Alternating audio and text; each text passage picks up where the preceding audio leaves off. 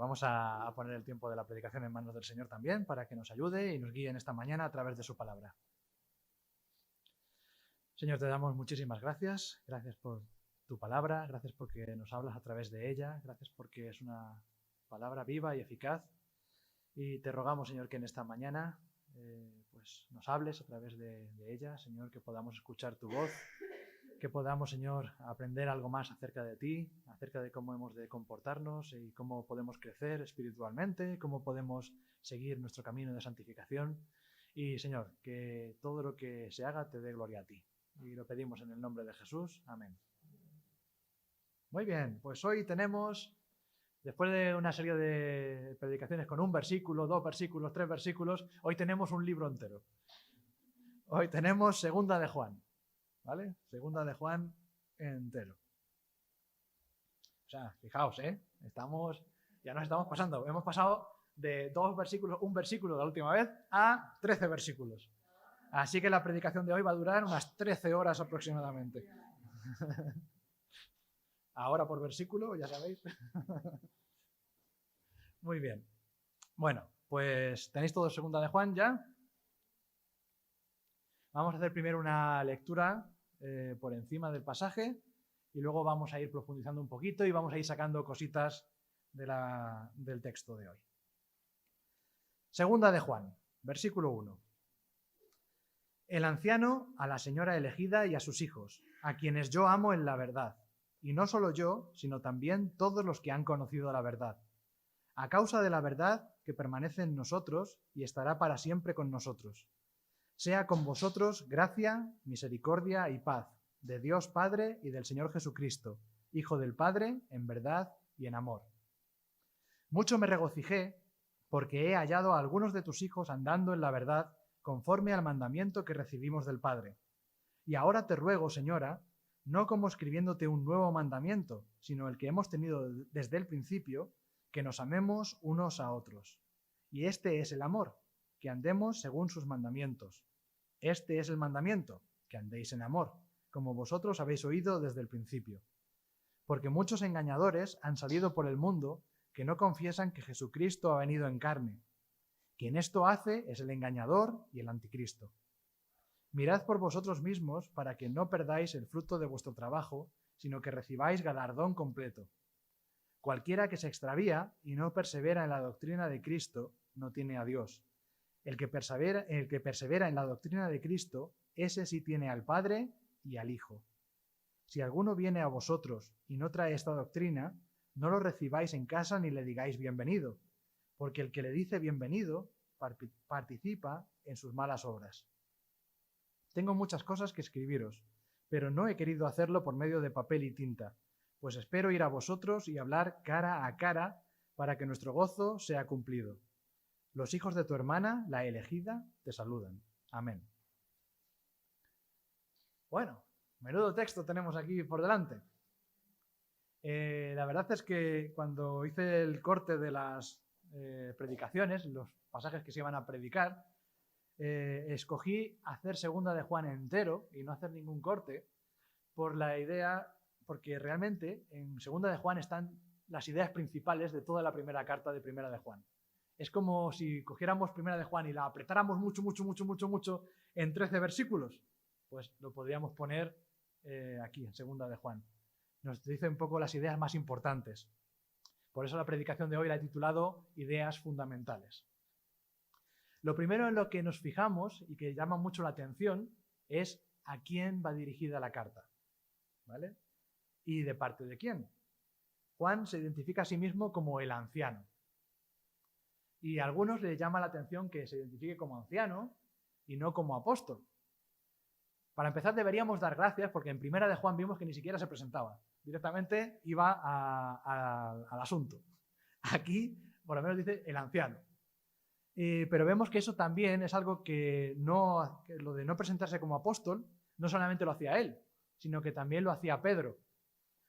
Y lo hacía porque era anciano en dos sentidos. Era anciano de edad, era ya un señor de avanzada edad, y al mismo tiempo participaba en el ministerio en la iglesia local, al igual que hacía Pedro. Entonces, ambos en sus cartas se identifican como ancianos. Entonces, el anciano, Juan, se está escribiendo a la señora elegida y a sus hijos. Entonces uno se puede preguntar, ¿a qué se refiere con la señora elegida? ¿Qué es eso de la señora elegida?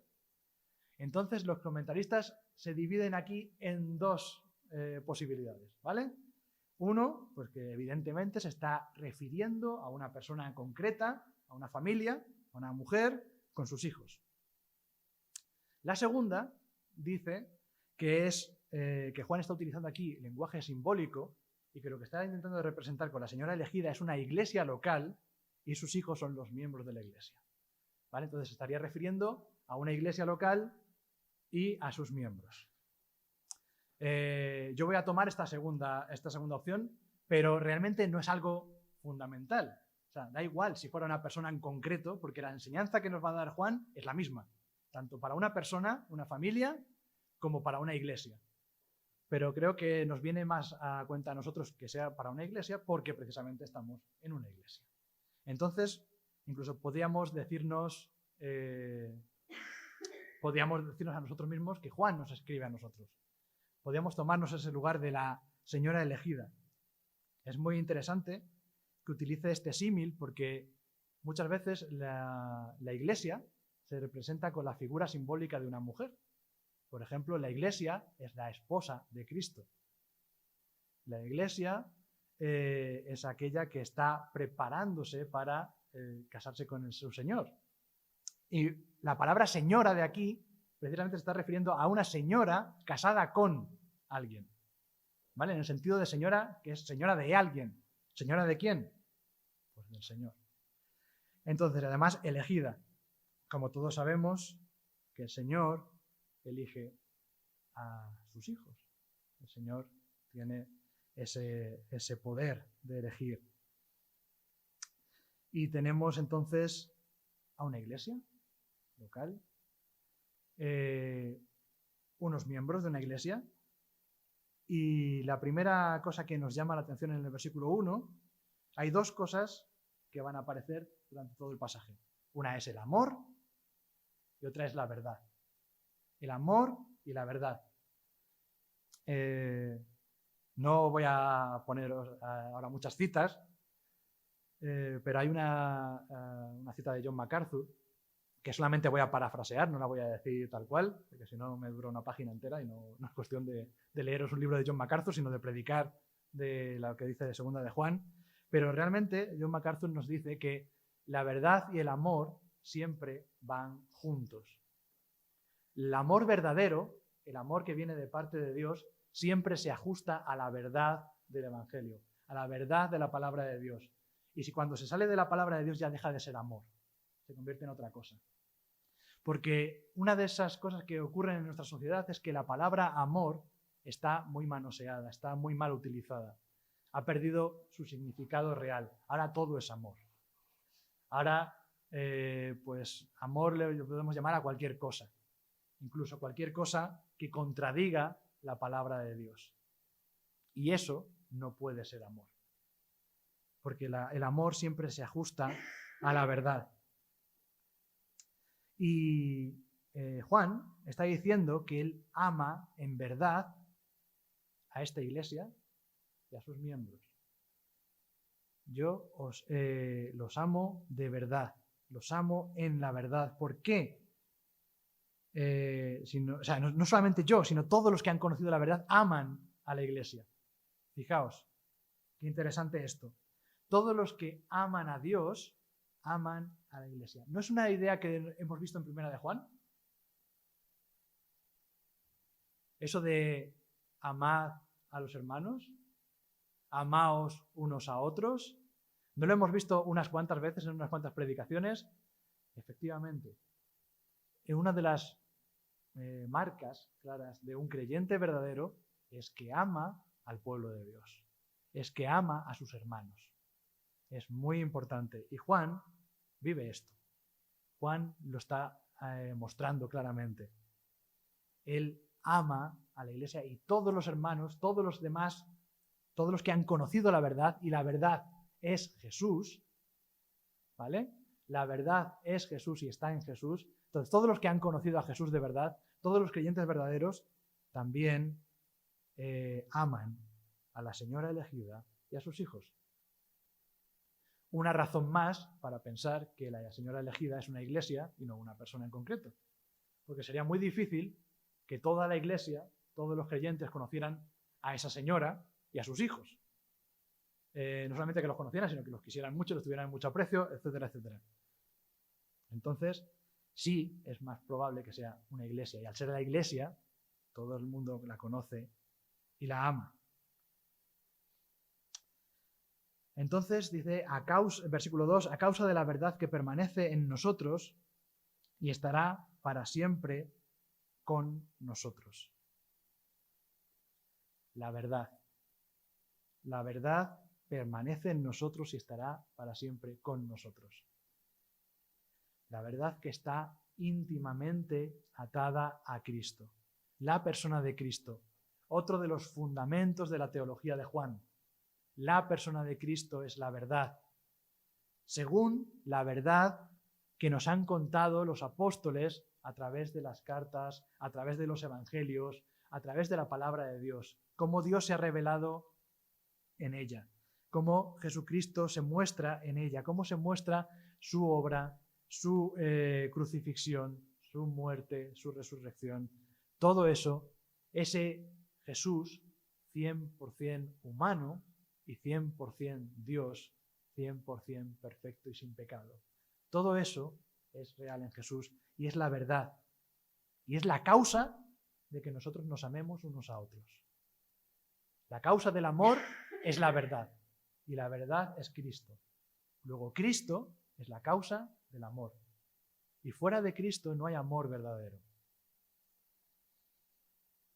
Y le hace una serie de deseos, podríamos llamarlo, en el versículo 3.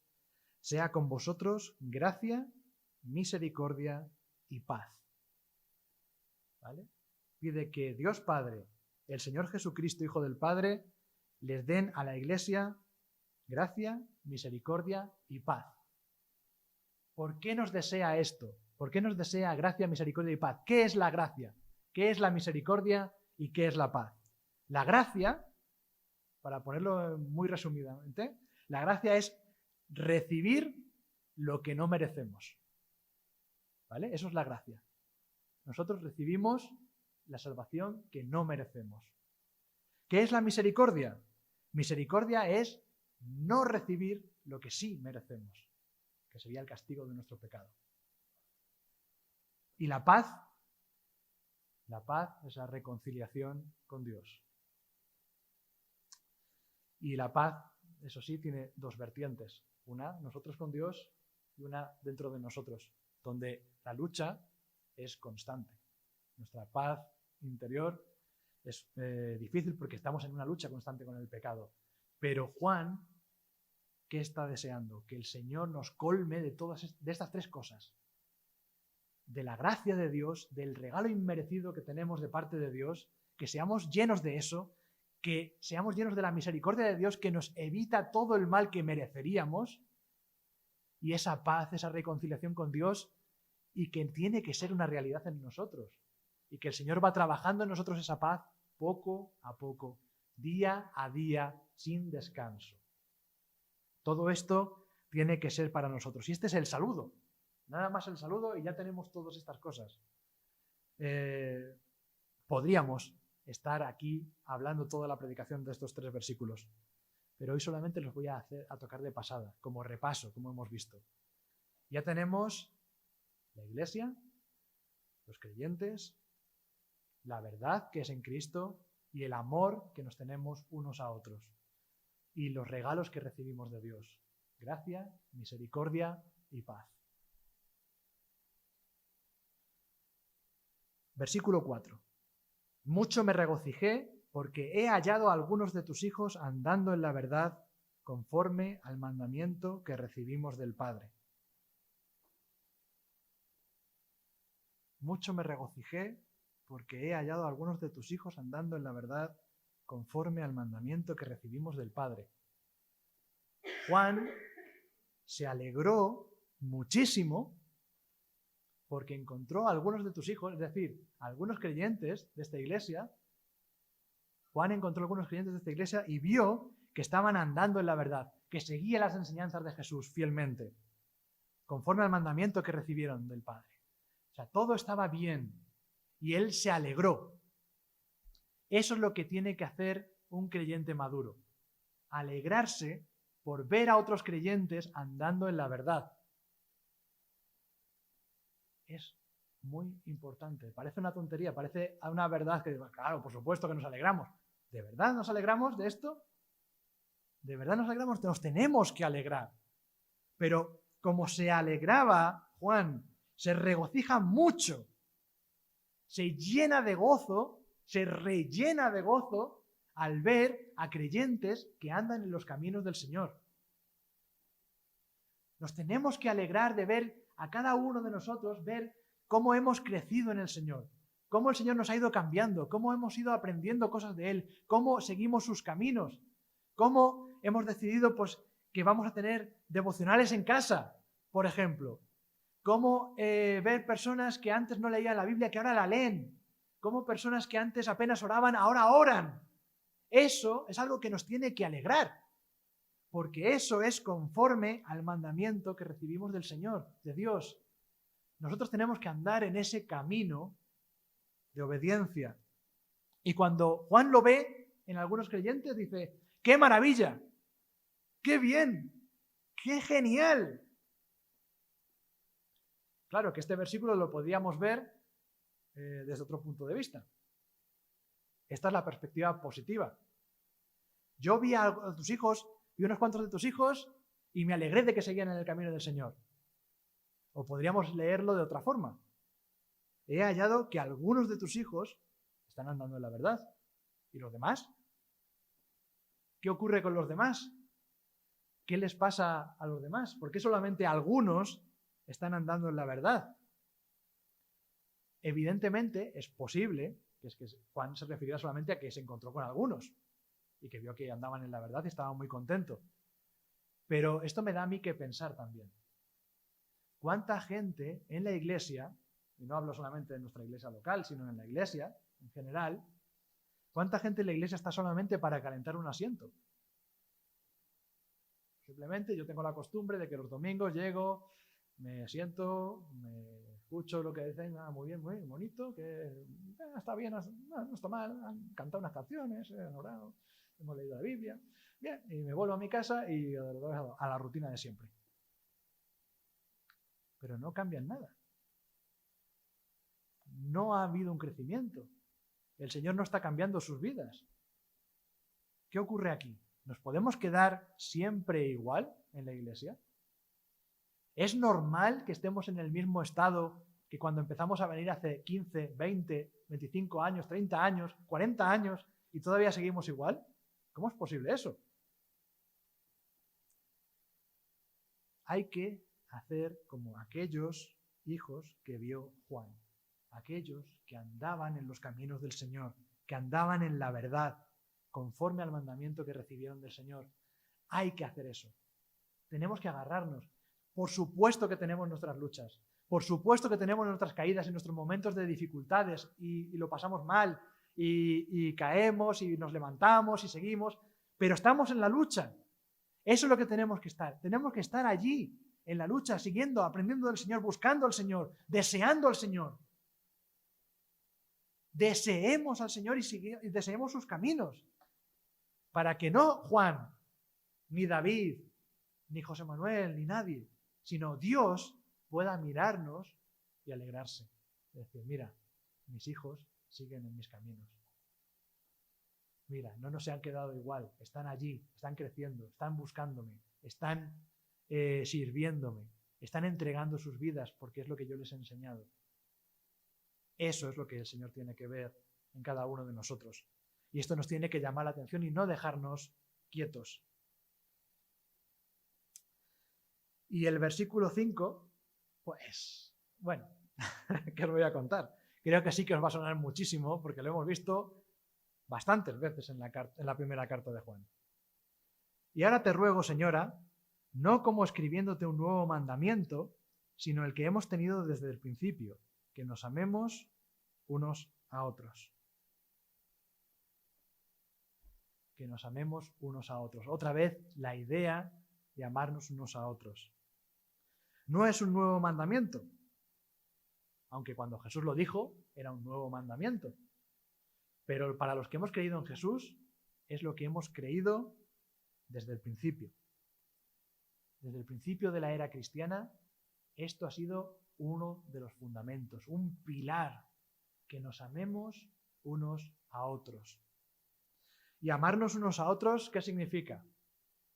Que tenemos sentimientos muy bonitos, que, pues eso, el amor, florecitas, es que yo veo a Paquita y digo, ¡ay, Paquita!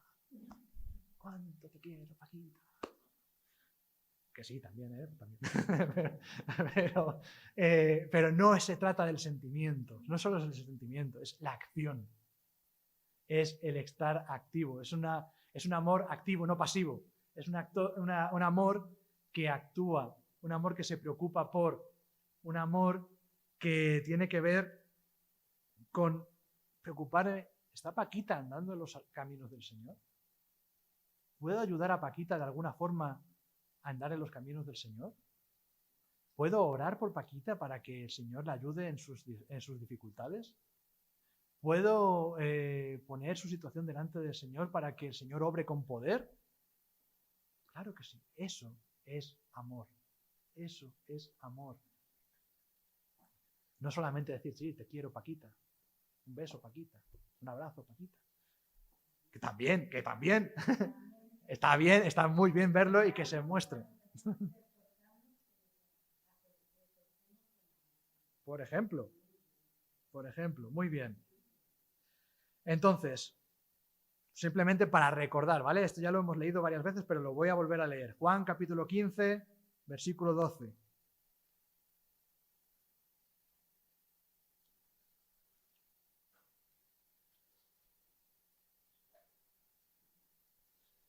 Este es mi mandamiento, que os améis unos a otros como yo os he amado. Y esta es la clave. Como yo os he amado. No es que Jesús fuera dando besitos a todo el mundo, pero Él dio su vida. Él dio su vida. Ni más ni menos. Él dio su vida. ¿Estamos dispuestos a dar nuestra vida por nuestros hermanos? Deberíamos. La idea de que el que está a nuestro lado, nuestro hermano, es mayor que nosotros.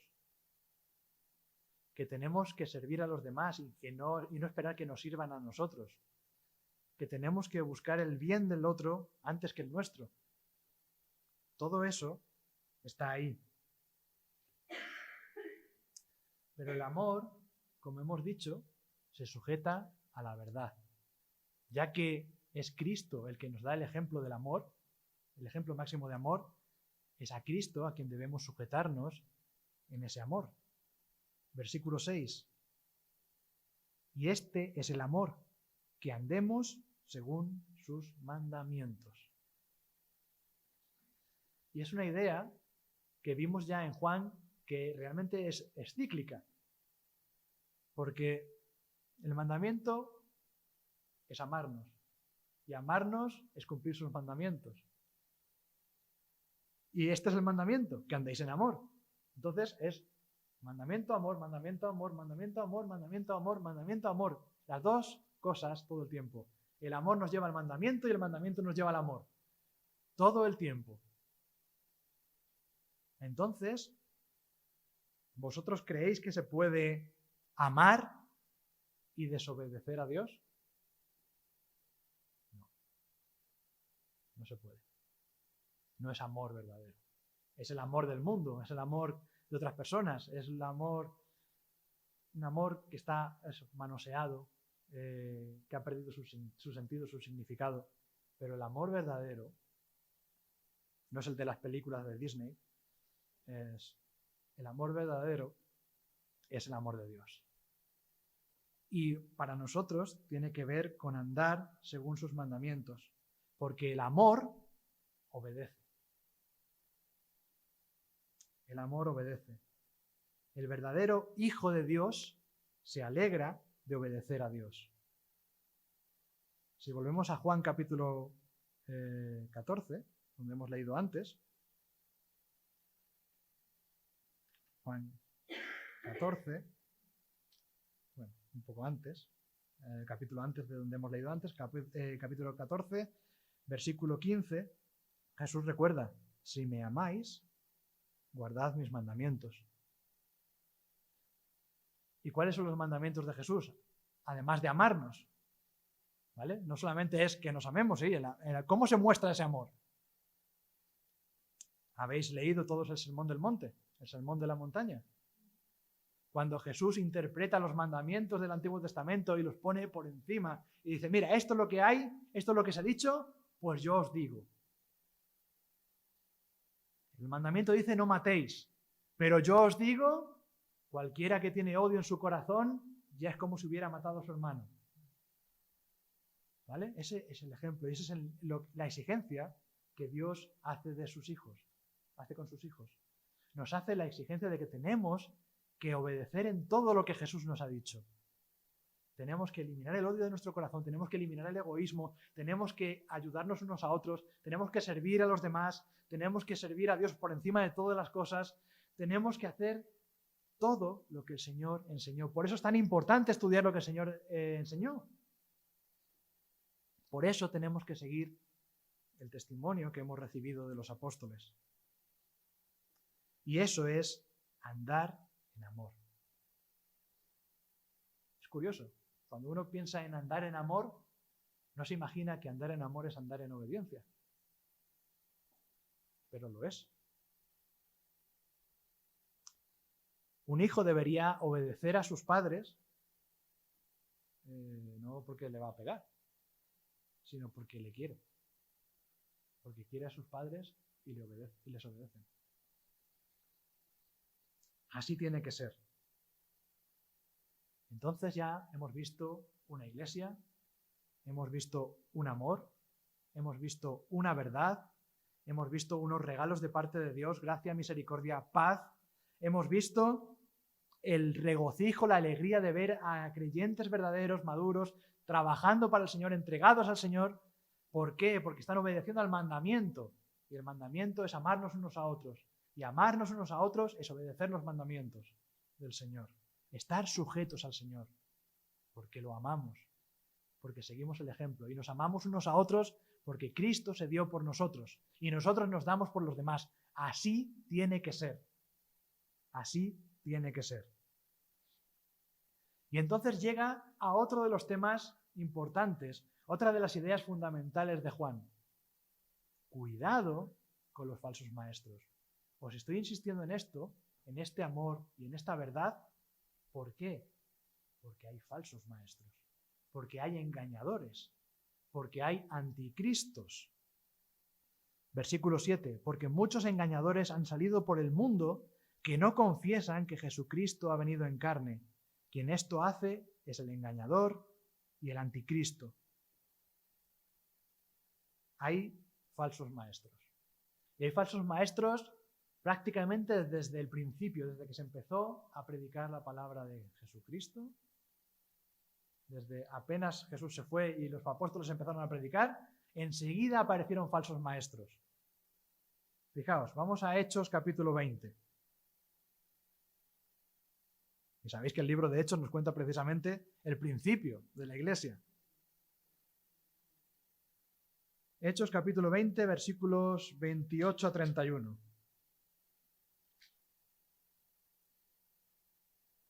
Y está hablando Pablo a la iglesia de Éfeso cuando se reunieron con él en Mileto. Hechos 20, 28. Por tanto, mirad por vosotros y por todo el rebaño en que el Espíritu Santo os ha puesto por obispos para apacentar la iglesia del Señor, la cual él ganó por su propia sangre. Hasta ahí podríamos decir que Pablo está dirigiéndose a los ancianos, a los obispos, de la iglesia. Obispo significa sobreveedor, vigilante, ¿vale? Entonces, el Señor os ha puesto como vigilantes del pueblo de Dios, como personas que tienen que cuidar del rebaño, que tienen que darle de comer. Entonces, recordad que el Señor lo ganó por su propia sangre. Versículo 29. Porque yo sé que después de mi partida entrarán en medio de vosotros lobos rapaces que no perdonarán al rebaño. Y de vosotros mismos se levantarán hombres que hablen cosas perversas para arrastrar tras sí a los discípulos. Entonces, si van a haber todo ese peligro, si va a haber falsos maestros, ¿qué tenemos que hacer? ¿Qué tenéis que hacer? Versículo 31. Por tanto, velad, acordándoos que por 3 años, de noche y de día, no he cesado de amonestar con lágrimas a cada uno. Pablo estuvo amonestando, corrigiendo, enseñando, incluso con lágrimas a cada uno de ellos, preocupados, preparándolos para cuando llegaran los falsos maestros. Porque los falsos maestros llegan. En un momento dado, alguien llega y enseña algo que no es la verdad.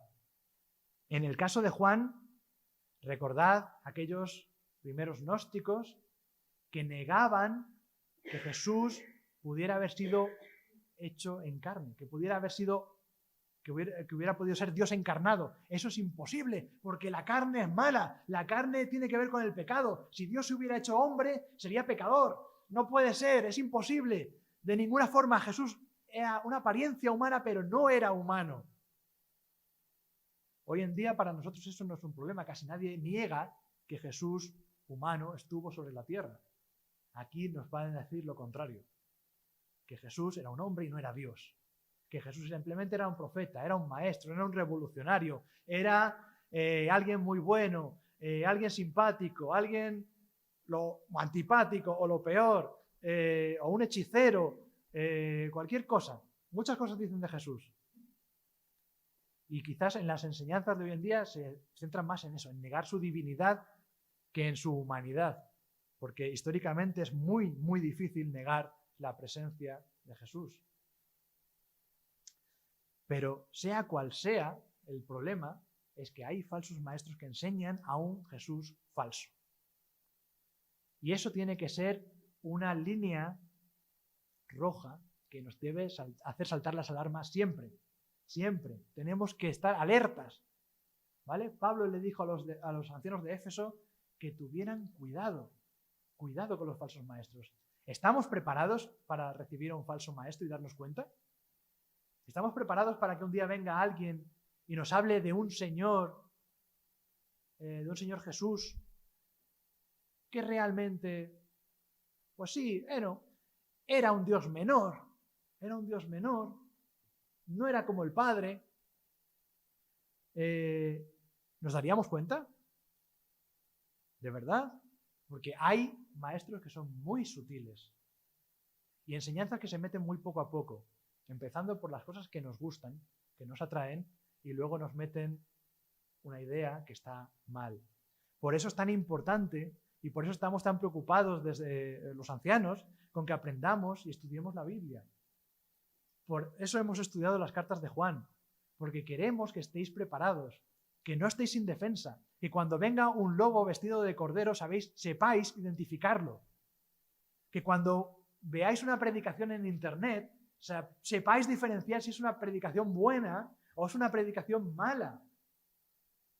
Porque desgraciadamente en internet te puedes encontrar lo mejor, pero también te puedes encontrar lo peor. ¿Cuánta gente se traga cosas sin sentido? Y yo en esta iglesia misma he visto cosas que me asustaron en su momento. Pues gente que estaba estudiando cosas que habían visto en internet y eran de los adventistas del séptimo día. Y yo decía, pero por favor, ¿no te has dado cuenta de que lo que creen estas personas no es lo mismo que está en la Biblia? No, pero es un material muy bueno, no sé qué. No. Por eso el empeño en que tenemos que agarrarnos y tener las verdades fundamentales claras. Y con esto hablo de ideas fundamentales. Fundamentales. Y es La verdad de Cristo es fundamental. ¿Vale? Hay que diferenciar esto con otras iglesias o otros hermanos que tienen ideas diferentes. Por ejemplo, acerca de los últimos tiempos, hay personas que son amileniaristas, otros que son premileniaristas, otros que son postmileniaristas. Tienen diferentes ideas de que el Señor vendrá antes, vendrá después, vendrá... No tiene mucha importancia. ¿Qué más da que venga antes, que venga después? Lo que importa es que viene, que resucitó y que va a venir a por su iglesia. ¿Qué más da si es antes, si es después, si luego pasan 3 años o no pasan 3 años? ¿Qué más da? Pues unas iglesias piensan esto, otros hermanos piensan esto otro. No pasa nada, yo no me voy a pelear con un hermano porque piense así o asá de esto. Pero si un hermano me dice, yo no creo que haya Dios Padre, Dios Hijo y Dios Espíritu Santo, entonces tengo un problema. Porque la Biblia sí nos habla acerca de la Trinidad. Sí hemos estudiado en la primera carta de Juan cómo actúa el Padre, cómo actúa el Hijo y cómo actúa el Espíritu Santo y cómo actúan juntos y cómo los tres son uno. Sí lo hemos visto. Eso es una idea fundamental. Sí es una idea fundamental la salvación que recibimos de parte del Señor Jesucristo, la cual no nos puede ser quitada. Es una idea fundamental. También es algo fundamental. Si tenemos que hacer la mesa del Señor todos los domingos, o una vez al mes, o una vez cada trimestre, eso no es fundamental. ¿Veis la diferencia entre lo fundamental y lo no fundamental? Entonces, a lo mejor podéis encontraros con alguien que viene aquí y dice, no, bueno, nosotros en mi iglesia, pues eso, solamente tomamos el pan y el vino una vez al trimestre. Bueno, bien, bien. O sea, pues tú piensas que es mejor así, nosotros lo hacemos así. No importa. Lo tomas, ¿no? Sí. ¿Simboliza lo mismo? Sí. ¿Estamos recordando la muerte del Señor Jesús? Sí. ¿Crees que Jesús ha muerto en la cruz? Sí. ¿Crees que ha resucitado? Sí. Ya está. Eso es lo fundamental. Pero si empezamos a negar cosas que son fundamentales, si empezamos a ser y somos como los que van diciendo solo Jesús, por ejemplo, que son una corriente muy fuerte, que dicen que el Padre no existe, solamente existe Jesús, y Jesús se manifiesta como el Padre a veces, se manifiesta como el Espíritu Santo a veces, y se presenta como Jesús el Hijo a veces, pero es solamente Jesús. Eso no es lo que está en la Biblia. Eso no es la palabra de Dios. Eso no es lo que vemos cuando nos explican los evangelios, lo que ocurrió en el bautismo de Jesús, cómo actuó claramente el Padre, el Hijo y el Espíritu Santo. 3 personas. Entonces, estas son las ideas fundamentales que no podemos perder y no nos tienen que engañar porque van a venir. Y los anticristos, como expliqué en su momento, no son personas que dicen Cristo no existe, sino que Cristo es diferente a como vosotros decís que es. Mucho cuidado. Mucho cuidado, porque a veces eso, con ideas pequeñas, van metiéndolo. No, bueno, Jesús era un revolucionario. Se enfrentó a las autoridades de su momento. Debemos ser revolucionarios. La lucha. ¿Vale? Por ejemplo. Es un ejemplo de retorcer la enseñanza de Jesús. ¿Qué pasa con la obediencia? ¿Qué pasa con el amor? ¿Qué pasa con el tener a los otros como superiores a sí mismos? Si nos olvidamos de todas esas cosas, si alguien nos niega que tenemos que amarnos a nosotros mismos, si alguien viene aquí para ponerse por encima de todos, si alguien todo es yo, si lo que te van a hacer es engordarte tu yo, cuidado, alerta, porque la Biblia no nos enseña eso. La verdad fundamental que nos enseña la Biblia es que Jesús mismo negó su posición, siendo Dios, dejó su posición y se humilló y se hizo hombre y murió en la cruz de la forma más humillante, más baja posible. ¿Qué me estás contando de que yo? ¿Cómo que yo soy importante? ¿Cómo que yo? Dios quiere cumplir tus deseos, Dios quiere que seas rico, Dios quiere que... Mentira. Pero claro, yo quiero ser rico, yo quiero estar bien, yo quiero estar sano, yo quiero estar... Entonces, claro, ahí me entra el mensaje por los ojos. Y dices, sí, pues qué interesante, a ver qué me tiene que decir este maestro. ¿Ya te ha engañado? Tenemos que saber dónde poner los frenos. Hay cosas que nos tienen que chirriar enseguida. Esto, algo que te hace ponerte a ti por delante de Dios, malo, peligro. Algo que te hace humillarte delante de Dios, bien, vamos bien. Y yo sé que esto es contrario a lo que dice el mundo, porque el mundo no quiere que te humilles. El mundo te dice, sé tú, Dios. Búscate un Dios que te ponga a su altura. Haz que Jesús sea bueno y simplemente bueno, pero bueno de todo le gusta. Dios es amor, Jesús es amor, todo vale. Love is love. ¿Cuántas veces hemos escuchado ese logo? Para defender cosas que no son como deben ser. Pues esto ocurre mucho. Por eso, una idea fundamental es: estad prevenidos contra los falsos maestros. Estad preparados. Y el versículo 8 es muy interesante. Mirad por vosotros mismos para que no perdáis el fruto de vuestro trabajo, sino que recibáis galardón completo. Mirad por vosotros mismos. ¿Vale? Vigilad, mirad por vosotros mismos. Pero fijaos que dice, para que no perdáis el fruto de vuestro trabajo, sino que recibáis el galardón completo. Este versículo 8 está relacionado con los versículos 10 y 11.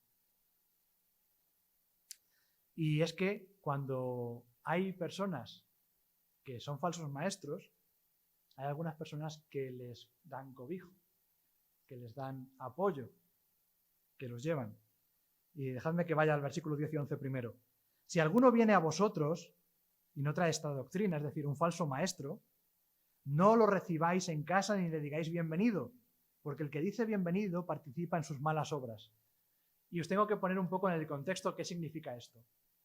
En la antigüedad era lo más normal del mundo, o sea, ahora también por educación, pero antes más, porque no había hoteles ni todo este tipo de cosas. Entonces, cuando alguien viajaba desde otra ciudad, la gente lo acogían en su casa. Y en la iglesia, lo normal es que las personas más pudientes, los que tenían unas casas más grandes, pues trajeran a la gente a alojarse con ellos. ¿Y qué ocurría? ¿Dónde se reunía la iglesia? ¿Tenían un local? No. Se reunían en las casas, en esas casas. Y si alguien había cobijado a un falso maestro en su casa, lo que estaba haciendo es dándole pie a predicar a la iglesia. Por eso dice, no lo recibas en tu casa. No recibáis a los falsos maestros en vuestra casa, porque le estáis dando pie a que prediquen. Es como si, para traducirlo a nuestro contexto, como si nosotros, José Manuel y yo, dijéramos, oye, hemos encontrado a un predicador maravilloso, nos ha encantado, nos habla maravillas, ¡buah! Nos vamos a hacer ricos todos, y el Señor nos quiere bendecir, nos queremos gozar, y le vamos a poner aquí en el púlpito para que os predique y os cuente sus enseñanzas maravillosas.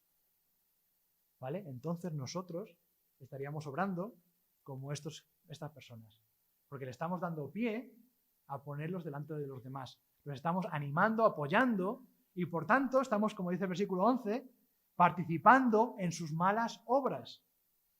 Y entonces, aquellos que hacen esto, mucho cuidado. Versículo 8, mirad por vosotros mismos para que no perdáis el fruto de vuestro trabajo, sino que recibáis el galardón completo, porque el que cae en esto, aunque sea por ingenuidad, está perdiendo parte de su recompensa. Está perdiendo parte de su recompensa. Fijaos lo que dice 1 Corintios 3:15, que es un poco la misma idea. 1 Corintios,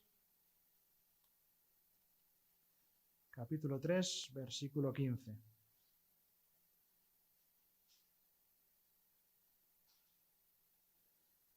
Y está hablando del fundamento auténtico y de edificar sobre el fundamento con cosas que no se quemen. Pero fijaos lo que dice el versículo 15. Si la obra de alguno se quemare, él sufrirá pérdida, si bien él mismo será salvo, aunque así como por fuego. Su salvación no se va a perder, pero algo va a perder. Parte de su recompensa, parte de su galardón, cuando el Señor nos reciba con él, lo va a perder por haber hecho esto. Porque cuando haces esto, cuando tú llevas a un falso maestro y le das alas, le das pie a predicar, ¿qué estás haciendo? Dañando a la iglesia. Y puede que muy gravemente. Y puede que por ingenuidad hagas un daño terrible, tremendo. Entonces, mucho cuidado. No tengas pérdidas. No pierdas tu premio por no haber vigilado, por no haberte dado cuenta, por no haber cuidado que quien tiene que enseñar en la congregación tiene que ser alguien que se ajusta a las enseñanzas del Señor, a la verdad que está en el Evangelio. Y entonces esos son los que tropiezan en ese aspecto. En el versículo 9 tenemos los otros, los que siguen completamente el engaño de los falsos maestros. Cualquiera que se extravía y no persevera en la doctrina de Cristo no tiene a Dios. Es decir, nunca creyó en Dios. No había creído. Y cuando vino un falso maestro se fue detrás de él, porque no había creído en Jesús. ¿Vale? Como vimos en Primera de Juan. Salieron de nosotros, pero no eran de nosotros. Porque si hubiesen sido de nosotros, habrían permanecido con nosotros, pero salieron para que se nos manifestase que no todos son de nosotros. Efectivamente, en la congregación, en lo que es la reunión, puede haber gente que realmente aún no ha creído o que no ha creído directamente. Y entonces llega un falso maestro y le ofrece algo que le gusta más y se va detrás de ese falso maestro. Entonces yo espero que aquí no haya ninguno de estas personas, que realmente todos hayamos creído en la verdad del Señor Jesucristo, que hayamos creído en lo que Jesús hizo en la cruz, pagar por nuestros pecados, que Él murió y resucitó, como hemos recordado hoy. Esto no se puede quitar, que obedecemos sus mandamientos, que tenemos las Escrituras y las estudiamos y las seguimos y nos amamos unos a otros porque Jesús nos amó a nosotros. Todo esto que hemos ido aprendiendo, todo esto lo tenemos que aplicar y tiene que ser verdadero, tiene que ser auténtico. ¿Y cómo se ve si es auténtico o no? Cuando llega la prueba, cuando aparece un falso maestro. No voy a decir poneros a prueba, pero a lo mejor, si alguna vez tenéis alguna duda, cuando veis algún vídeo en YouTube, o en Facebook, o en cualquier lado, no estoy muy seguro, me suena un poco raro. Estamos aquí, podemos ayudar, a decir, pues mira, pues sí, pues cuidado con esto porque es una idea muy sutil, pero está mal, o no te preocupes porque simplemente es una costumbre, no es nada importante. A veces podemos dudar, pero estamos aquí para ayudarnos unos a otros. Buscad un creyente maduro que os pueda ayudar. No os traguéis todo, no os traguéis todo, por favor, por favor. No todo es bueno, no todo vale. Alimentaos con lo bueno y desechad lo malo. Y si tenéis dudas, preguntad, ¿vale? Podéis contar conmigo para eso cuando queráis. No solamente un domingo, me llamáis por teléfono, un WhatsApp, lo que sea. Oye, he visto este vídeo, ¿qué te parece? ¿Vale? Entonces, que no quiero de ninguna forma, y de verdad que me preocupa, es que tengamos falsas enseñanzas en la iglesia. Porque las hemos tenido, porque soy testigo de que las hemos tenido y no nos dábamos cuenta. Hasta que en un comentario normal y corriente, pues te sueltan y nada, pues mira, estoy haciendo esto, estoy escuchando esto. Y dices, cuidado, ¿cuánto tiempo llevas escuchando esto? ¿Cuánto tiempo llevas leyendo esto? ¿Cuánto tiempo llevas siguiendo a esta gente? Cuidado. Y luego vienen ideas malas, y luego vienen errores garrafales, y luego viene el dolor, porque algo en lo que tú estabas muy confiado, te dicen que no vale.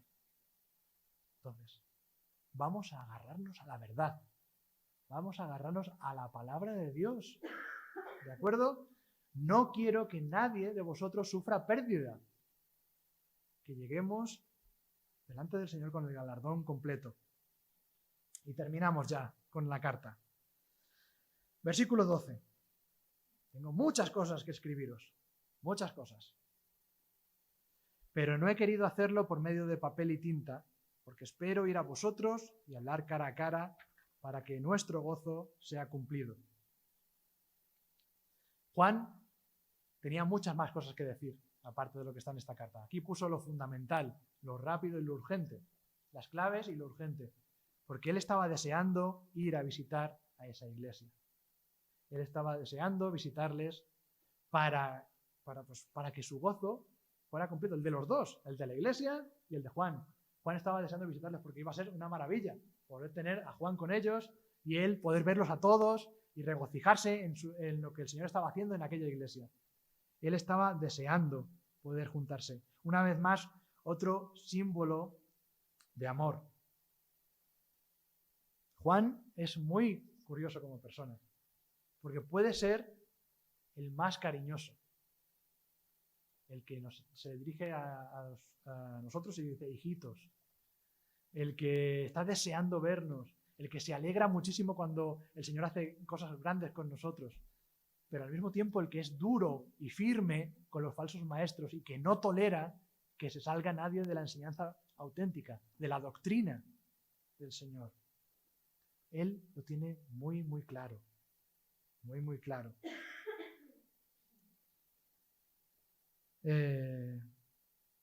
La doctrina es importante y el amor es importante. Las dos cosas. Y un verdadero creyente tiene que ser las dos cosas. Tiene que ser como el Señor. El Señor tiene dos animales simbólicos que le representan. El cordero y el león. Tiernos como un cordero, fieros como un león. Tiernos con los hermanos, fieros con los enemigos. Entonces, fijándonos en nuestro maestro, el cordero y el león, fijémonos y tomémoslo como ejemplo. Juan estaba preocupado por las falsas enseñanzas, pero deseando de verles, deseando de estar con ellos, de pasar tiempo juntos, de estudiar juntos la palabra. Así tenemos que ser nosotros también. Disfrutarlo, disfrutar la comunión entre nosotros, disfrutar estos momentos en los que podemos leer la Biblia libremente, de poder comentarla, de poder escudriñarla, de poder buscar, de poder, y cada uno de nosotros en nuestras casas poder hacerlo y comentarlo después. De verdad que me gustaría tener grandes conversaciones con vosotros de qué es lo que hemos estudiado en las Escrituras. Y sí, está muy bien también comentar el partido de fútbol, pero aparte del partido de fútbol, pues esta semana es que leí un pasaje en el Evangelio que fue maravilloso. Fíjate, leí esto y no lo entendía del todo. ¿Me puedes ayudar? Ese tipo de conversaciones tienen que fluir. Tiene que haber esa confianza porque la Biblia tiene que ser parte fundamental de nosotros, en nuestra vida, en nuestro día a día. Y a veces pues se ve nuestra falta de lectura de la Biblia porque en nuestra conversación, en nuestro día a día, en nuestro boca a boca, lo que nos sale lo primero no es la Biblia. Nos sale, oye, ayer viste el programa que pasó, oh, madre mía, lo que pasó, que fulanito se fue con menganita, ay. Y estamos más pensando en eso, o si un actor le dio un tortazo a otro, ¡oh, madre mía, la que ha liado, oh, que insultó a su mujer, no, pero es que claro, y estamos días y días y días comentando eso. ¿Y qué leíste ayer en la Biblia? Pues no me acuerdo. Y es que es así. Entonces, pues os animo a que esto cambie, a que nos llenemos más de la palabra de Dios para que sea lo que surja en una conversación normal.